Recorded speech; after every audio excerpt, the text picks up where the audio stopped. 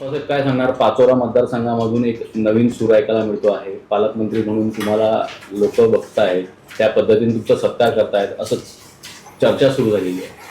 नाही, मी पहिल्यांदा तर माझ्यावर प्रेम करणाऱ्या सगळ्याच मान्यवरांचे मी मनापासून आभार मानेल, त्यांना धन्यवाद देईल की मी देखील त्यांच्याच तोंडातून ऐकतोय की मी उद्या मंत्री होणार, पालकमंत्री होणार. त्याच्यामुळे निश्चित मलाही आनंद होतो. त्यांच्या तोंडात साखर पडो एवढंच मी म्हणेल. मी मेळाव्यामध्ये शिवसैनिकांचा तो मेळावा होता आणि मेळाव्यामध्ये मी असं म्हटलं होतं की मी आजपर्यंत ना नेत्याजवळ काही मागितलं ना परमेश्वराजवळ काही मागितलं आहे.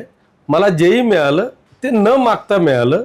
त्याच्यामुळे तुमची जी इच्छा आहे ती माझी आहे, ती इच्छा देखील न मागताच पूर्ण होईल अशी माझी इच्छा मी व्यक्त केली.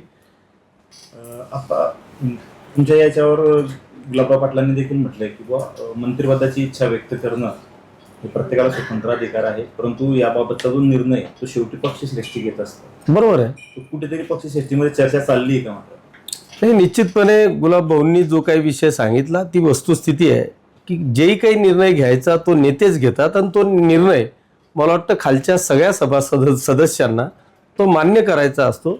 त्याच्यामुळे निश्चितपणे ज्या दिवशी नेते असा काही निर्णय घेतील त्या दिवशी भाऊ मान्य करतील असंच त्याच्यातला अर्थ निघतो. चर्चा चालली आहे का? चर्चा तर चाललेली आहे. म्हणजे स्वतः शिंदे साहेबच बोलले होते की म्हणजे आता ते कोणाबद्दल बोलले मला माहीत नाही, पण तुमच्याच माध्यमातून मी देखील ऐकलं की या मीडियाच्याच माध्यमातून की त्यांनी कार्यकर्त्यांची, मंत्र्यांची, आमदारांच्या बैठकीमध्ये किंवा अशा पद्धतीच्या चर्चा आपल्याला नेहमी ऐकायला मिळतात किंवा ज्याच्या काम करण्याची धमक ज्याच्यामध्ये नसेल किंवा काम कमी करेल किंवा पक्षाचं काम करणार नाही अशा मी भाकरी फिरवेल असं त्यांनी संकेत दिले होते. त्याच्यानुसार बाहेर चर्चा आहेत. पण एवढं मात्र नक्की आहे की 2.5 वर्षानंतर मंत्रिमंडळात फेरबदल होतील असं स्वतः माननीय मुख्यमंत्री आणि आमचे नेते आदरणीय एकनाथजी शिंदे साहेब सांगितलेलं आहे. म्हणजे लोकसभा आणि विधानसभामध्ये ज्या पद्धतीने ज्या नेत्यांनी कामं केले नसतील आपापल्या मतदारसंघात यांना संकेत आहे. तो आता मी सांगू शकत नाही, ते शिंदे साहेबच सांगू शकतील. पण निश्चितपणे फेरबदल होतील अशी चर्चा मला वाटतं संपूर्ण पक्षामध्ये किंवा राज्यामध्ये चाललेली आहे.